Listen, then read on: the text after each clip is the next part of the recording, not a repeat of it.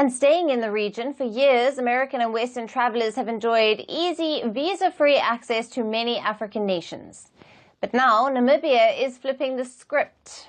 In a move that signals growing frustration over unequal travel policies, the country is introducing new visa requirements for US and other Western allies and visitors. Now, the officials say that it's about fairness and reciprocity, a step toward equality in global travel. But what does this mean for Namibia's tourism industry? Our next report breaks it all down. For years, travellers in the United States and much of Europe have entered Namibia with ease with no visa required. Now, in a major diplomatic shift, the Southern African nation has decided to end visa-free travel for citizens of the United States and 30 other nations, including the UK, Germany and the Netherlands. According to the Namibian government, it's about fairness. If Namibians can't enter these countries without a visa, then their citizens will need a visa to enter Namibia. But what will this mean for tourism, foreign relations and the Namibian economy? Starting April 1st, US citizens and affected travellers will need to apply for a visa in advance through Namibia's online visa portal. However, visas will still be available on arrival at major airports and border crossings.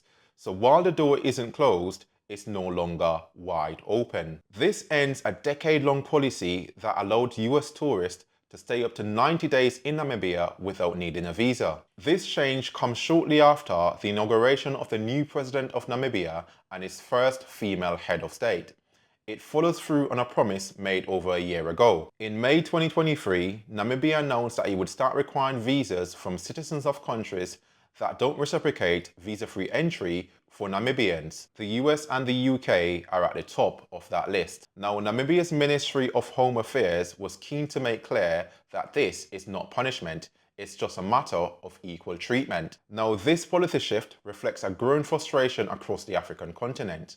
While Americans and Europeans enjoy visa-free access, Africans often face long, expensive and uncertain visa processing when travelling in the opposite direction. Also, in February, the United States released its updated visa program list. It included 40 countries, none of which were from the African continent. So Namibia's move isn't happening in isolation. It's part of a broader call from African nations to rethink global travel norms and demand diplomatic balance. Now, tourism is a major economic driver for Namibia.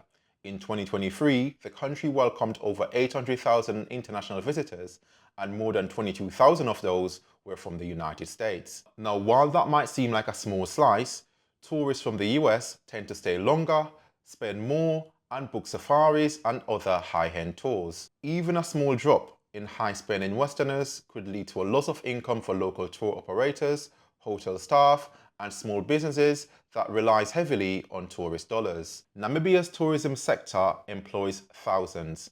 Many rural communities depend on visitors for jobs and sustainable development projects. The ripple effect could reach everyone from safari guides and drivers to craft market vendors and restaurant owners. Despite these concerns, Namibian officials believe the move won't stop people from coming. They argue that the country's natural beauty, political stability and unique experiences will continue to attract visitors. And they might be right. Many countries, including Kenya, Egypt and Brazil, require visas from US travellers, yet their tourism continues to thrive. Namibia is simply aligning with global norms, asking for the same respect and procedures that its citizens face when travelling abroad. But this policy signals something deeper.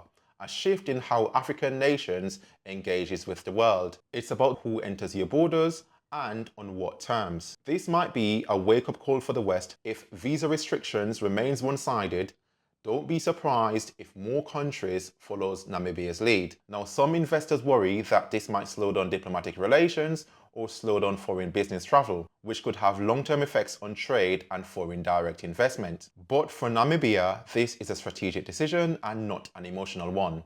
It's rooted in a simple principle: mutual respect.